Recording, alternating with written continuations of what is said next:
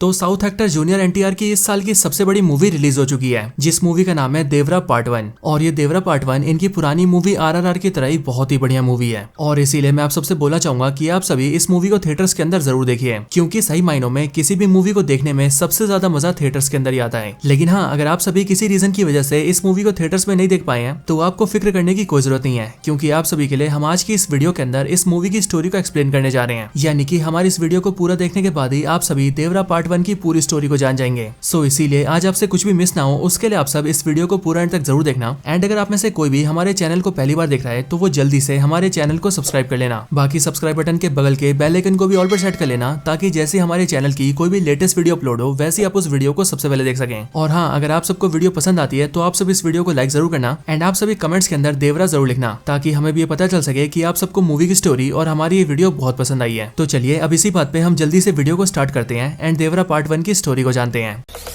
Zombie apocalypse.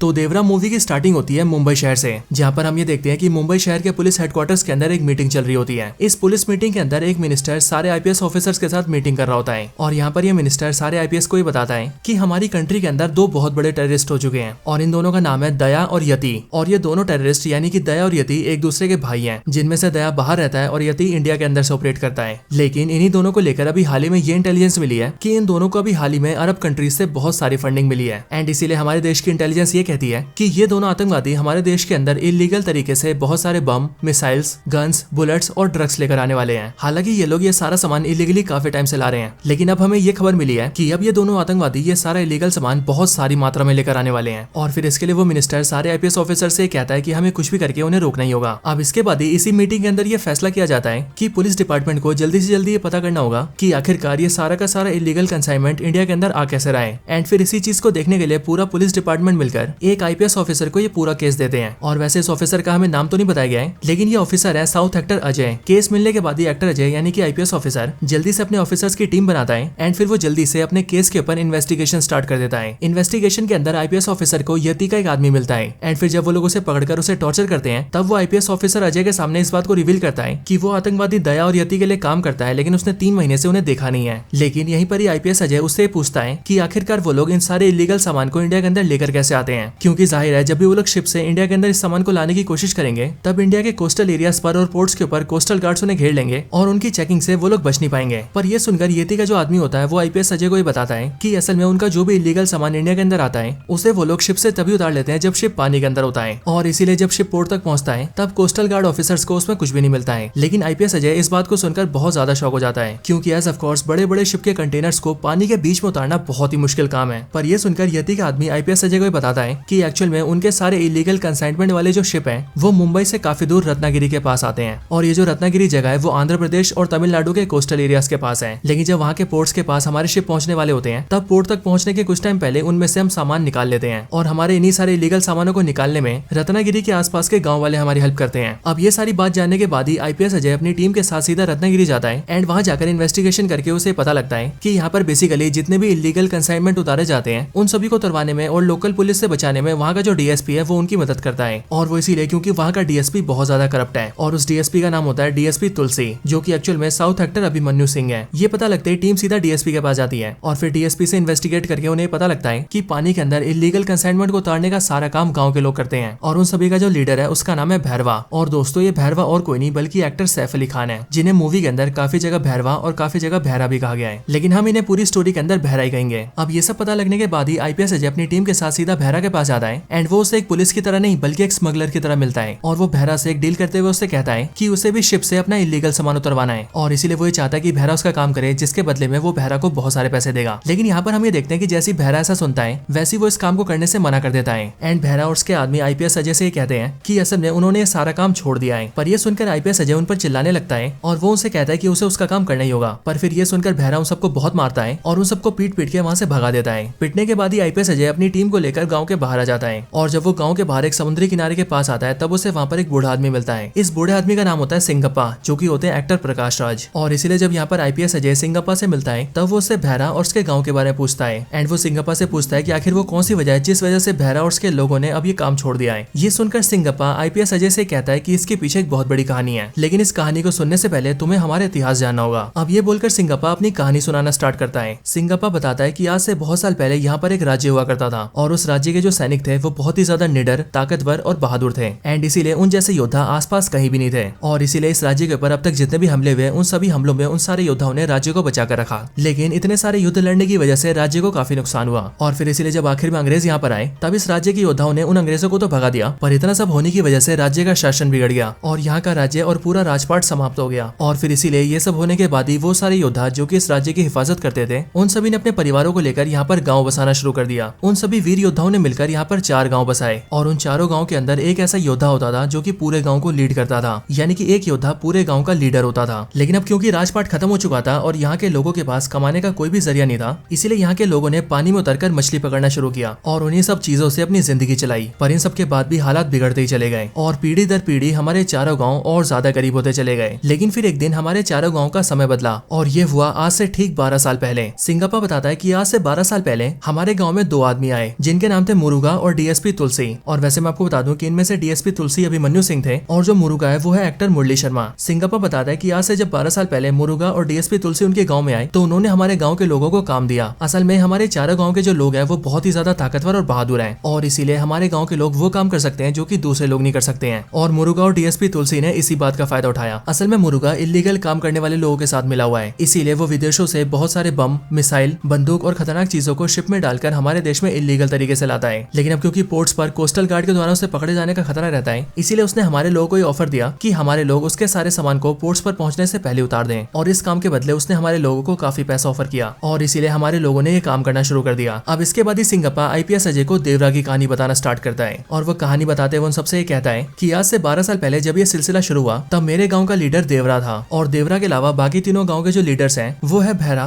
Kunjara और रैयप्पा। और चारों गाँव के इन सारे लीडर्स ने मिलकर अपने सारे आदमियों को इकट्ठा किया एंड फिर उन सबने मुरुगा के कहने पर उसका काम करना शुरू कर दिया। अब इसके आगे सिंगप्पा की कहानी में हमें देवरा की फैमिली के बारे में पता लगता है, जहाँ पर हम ये जानते हैं कि देवरा की फैमिली में उसकी वाइफ है, देवरा की मदर है, देवरा का एक बेटा है जो कि 12-13 साल का है और इसके साथ ही देवरा की वाइफ प्रेग्नेंट भी है, जिस वजह से आगे चलकर देवरा को एक बेटी भी होती है। देवरा अपनी फैमिली के साथ अपनी लाइफ में बहुत खुश होता है और जो काम देवरा और उसके लोग कर रहे थे उनसे उन्हें काफी अच्छा पैसा मिल रहा होता है, इसीलिए चारों गाँव की जिंदगी काफी अच्छी चल रही होती है। लेकिन कहानी में आगे हम ये जानते हैं कि जो सैफ अली खान का कैरेक्टर है यानी कि भैरा, वो देवरा से बहुत ज्यादा जलता है और ऐसा इसीलिए क्योंकि देवरा के खुद के गांव के साथ साथ बाकी के तीनों गांव भी देवरा की बहुत ज्यादा इज्जत करते हैं। और सिर्फ यही नहीं बल्कि चारों गांव के सारे लोग मिलकर हर साल एक खास पूजा करते हैं जिस पूजा का नाम है शस्त्र पूजा। एंड बेसिकली इस शस्त्र पूजा के अंदर चारों गाँव से 2-2 योद्धा भाग लेते हैं और जिस गाँव का योद्धा आखिरी तक टिका रहता है और सारे लोगों को हरा देता है वो इस प्रतियोगिता को जीत जाता है। और जो भी इसे जीतता है उसे इनाम के तौर पर सारे पूर्वजों के हथियार मिलते हैं, यानी कि वो सारे शस्त्र जिन्हें उनके पूर्वजों ने इस्तेमाल किया होता है। एंड इसीलिए जीतने वाला इन सारे शस्त्रों को अपने घर में रखता है और ये इन सब के लिए बहुत सम्मान की बात होती है। और यहाँ पर हमें पता लगता है कि बीते बहुत सालों से शस्त्र पूजा की प्रतियोगिता को हर बार देवरा ही जीतता है। एंड इस रीजन की वजह से भी भैरवा देवरा से बहुत ज्यादा नफरत करता है, लेकिन सामने वो हमेशा ये दिखाता है कि वो देवरा का दोस्त है। अब इसके आगे हमें पता लगता है कि देवरा के गाँव में एक लड़का होता है जिसकी उम्र 15-16 साल होती है। एंड ये लड़का बेसिकली पढ़ाई करने के लिए बाहर शहर में जाता है और अक्सर अपने गाँव से शहर के बीच बस से अप डाउन करता है। लेकिन एक दिन अचानक से जब वो शहर से पढ़ाई करके अपने गाँव आ रहा होता है तभी रास्ते में कुछ आतंकवादी उसके बस को घेर लेते हैं एंड उसके पूरे बस को बम से उड़ा देते हैं और फिर बस के अंदर जो भी लोग बचे होते हैं उन सबको गोलियों से मार देते हैं और फिर इसके बाद ही वो मरे हुए लोगों से सारे सामान का लूटपाट कर लेते हैं। अब जब इस लड़के की डेड बॉडी देवरा के गाँव पहुंचती है तब देवरा को ये देखकर बहुत बड़ा धक्का लगता है और वो इसीलिए क्योंकि जो बच्चा मरा होता है उसके पिता पहले से ही मर चुके होते हैं एंड इसलिए ये बात देवरा को बहुत ज्यादा दुखी करती है। लेकिन फिर इसके बाद ही देवरा और बाकी गाँव के लीडर से मिलने के लिए मुरुगा और डीएसपी तुलसी आते हैं और वो दोनों सबसे कहते हैं कि कल के दिन उन्हें अगला माल उतारना है। पर इस बार ये सुनकर देवरा मुरुगा और डीएसपी तुलसी से कहता है कि उन्हें इस काम को कुछ दिनों के लिए रोक देना चाहिए क्योंकि इस टाइम पर कोस्टल गार्ड ऑफिसर्स की सख्ती बहुत ज्यादा बढ़ गई है और इसीलिए पकड़े जाने का खतरा काफी ज्यादा है। लेकिन देवरा जैसे ऐसा बोलता है वैसे हम ये देखते हैं कि भैरा और कुंजारा ये बोलते हैं कि अगर देवरा को नहीं आना है तो वो ना आए, हम उसके बिना भी इस काम को कर लेंगे। लेकिन फिर इस बात को सुनकर ही जो चौथे गाँव का लीडर होता है यानी कि रैयप्पा, वो देवरा को साथ आने के लिए कहता है और वो देवरा को ये बोलकर मना लेता है कि अगर देवरा साथ होगा तो वो उन सबको किसी भी हालत से बचा लेगा। एंड फिर इसीलिए रैयप्पा की इस बात को सुनकर देवरा राजी हो जाता है और फिर वो सब अपने काम के लिए निकल जाते हैं। लेकिन अब क्योंकि सख्ती बहुत ज्यादा बढ़ चुकी थी इसीलिए इस बार पानी के अंदर बहुत सारे कोस्टल गार्ड ऑफिसर्स होते हैं और इसीलिए वो लोग देवरा और उसके सारे सारे साथियों को पकड़ लेते हैं। शिप पर जब देवरा और उसके सारे लोग पकड़े जाते हैं तब सारे कोस्टल गार्ड ऑफिसर्स में से जो सबसे सीनियर होता है वो उन सबसे कहता है कि वो भी यहीं पास में ही रहता है और इसीलिए वो देवरा और उसके सारे साथियों को जानता है। लेकिन हाँ, उसने ये सुना था कि उनके बाप दादा बहुत बहादुर थे और बहुत बड़े योद्धा थे और उन्होंने अपने देश को बचाने के लिए हर बाहरी ताकत का सामना किया था। लेकिन यहाँ पर वो ये देख रहे हैं कि उन्हीं योद्धाओं के बच्चे अब चोरियां कर रहे हैं और ऐसे स्मगलर्स और क्रिमिनल्स का साथ दे रहे हैं जो कि हमारे देश को ही बर्बाद कर रहे हैं। इन सब के आगे वो ऑफिसर वो सारे कंटेनर खोलता है एंड वो सबको दिखाते हुए सबको बताता है कि इन सारे कंटेनर्स में बंदूक,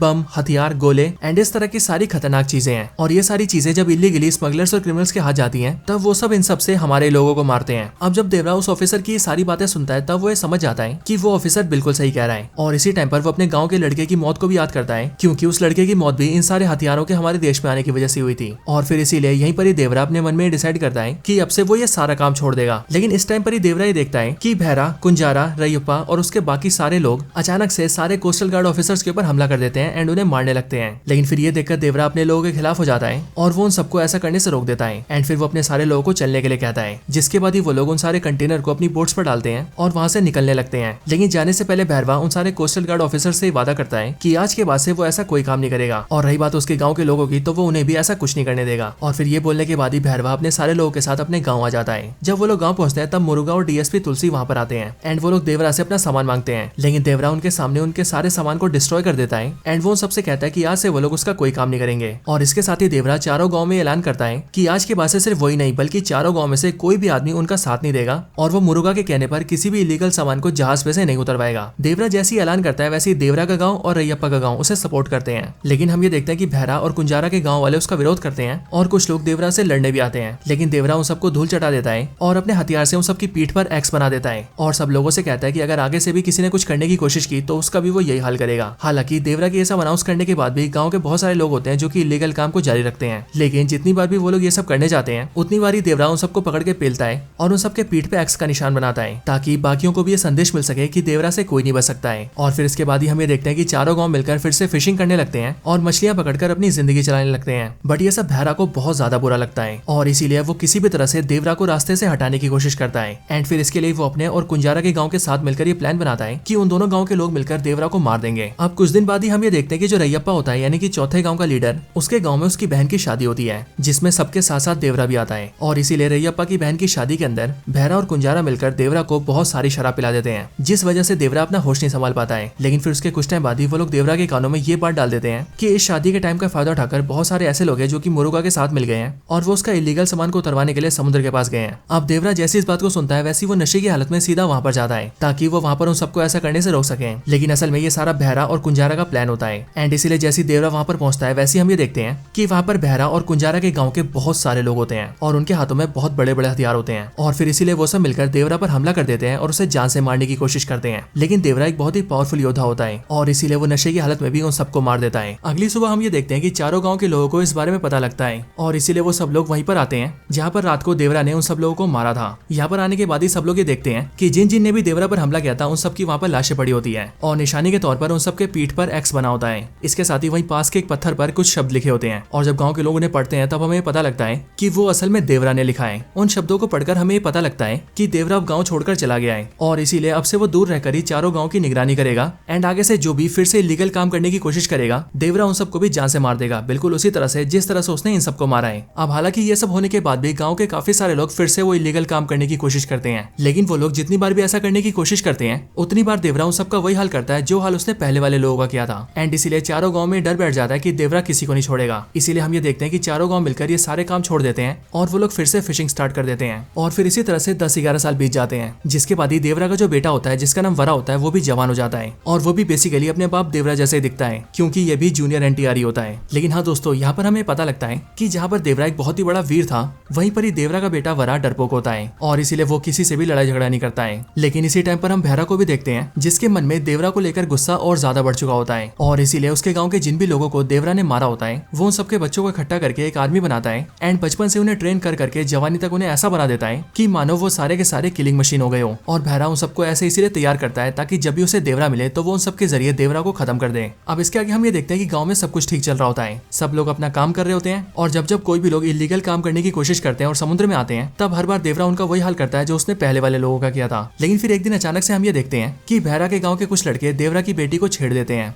यानी कि वरा की बहन को। लेकिन हाँ, जैसे इस बारे में वरा को पता लगता है वैसे वो उन लड़कों को बहुत मारता है। पर जब वरा उन सबको पीट के वहाँ से जा रहा होता है तभी भैरा अपने गाँव के उन लड़कों में से एक लड़के को जान से मार देता है। जिसके बाद अगले दिन गाँव में ये खबर फैलती है कि वरा ने उन लड़कों को पीट पीट कर एक की जान ले ली है। अब ये बात जैसी वरा को पता लगती है कि उसके पीटने से किसी की जान गई है तब वो सीधा भैरा के गाँव भैरा के पास आता है ताकि वो भैरा से माफी मांग सके। लेकिन भैरा उससे कहता है कि वो उसे तभी माफ करेगा जब वो उसके लिए काम करेगा। अब ये बात सुनकर वरा हाँ बोल देता है और फिर इसके आगे हमें पता लगता है कि भैरा ने मुरुगा और डीएसपी तुलसी से डील कर ली होती है एंड उसने उनसे ये बोला होता है कि अब उसके जो लड़के हैं वो इतने ज्यादा तैयार हो चुके हैं कि अब अगर देवरा उनके सामने आता भी है तो वो लोग देवरा को जान से मार देंगे। और फिर इसके लिए वो लोग कंसाइनमेंट को लेने के लिए पानी में उतरते हैं और इस बार भैरा उन सबके साथ साथ देवरा के बेटे वरा को ही भेजता है और वो वरा से कहता है कि अगर उसका बाप देवरा उसे दिखे तो उसे देवरा को मारना पड़ेगा। अब इन सब के बाद ही जैसे वो लोग पानी में आकर कंसाइनमेंट उतारने लगते हैं वैसे ही हम ये देखते हैं कि कोई उन पर हमला कर रहा है और कोई उन सबको पानी में खींच कर मार रहा है। और जब दूसरे लोग उन सबको खींचकर बाहर निकाल रहे हैं तब वो लोग ये देख रहे हैं कि जिन भी लोगों को पानी के अंदर खींचा गया था उन सब की पीठ पर एक्स बना हुआ है और इसलिए ये सब देखकर वो लोग ये समझ जाते हैं कि शायद से देवरा यहाँ पर आकर उन सबके साथ ऐसा कर रहा है। लेकिन फिर यहीं पर ही एक बहुत बड़ा खुलासा होता है और वो खुलासा ये होता है कि वहाँ पर देवरा नहीं होता बल्कि देवरा का बेटा वरा ये सब कर रहा होता है। और फिर जब वो उन सारे लोगों की पीठ पर एक्स बना देता है और उन्हें बेहोश कर देता है तब वो उन सबको शिप में डालकर तट पर ले आता है और तब उससे वहाँ पर मिलने आते हैं प्रकाश राज यानी कि सिंगप्पा। एंड फिर यहाँ पर आकर स्टोरी खुलती है और हमें पता लगता है कि असल में जिस रात सारे लोगों ने देवरा पर हमला किया था उसी रात को देवरा की मौत हो गई थी। लेकिन देवरा के बेटे वरा ने और सिंगप्पा ने दोनों ने मिलकर देवरा को मरने के बाद भी उसे किस्से कहानियों में जिंदा रखा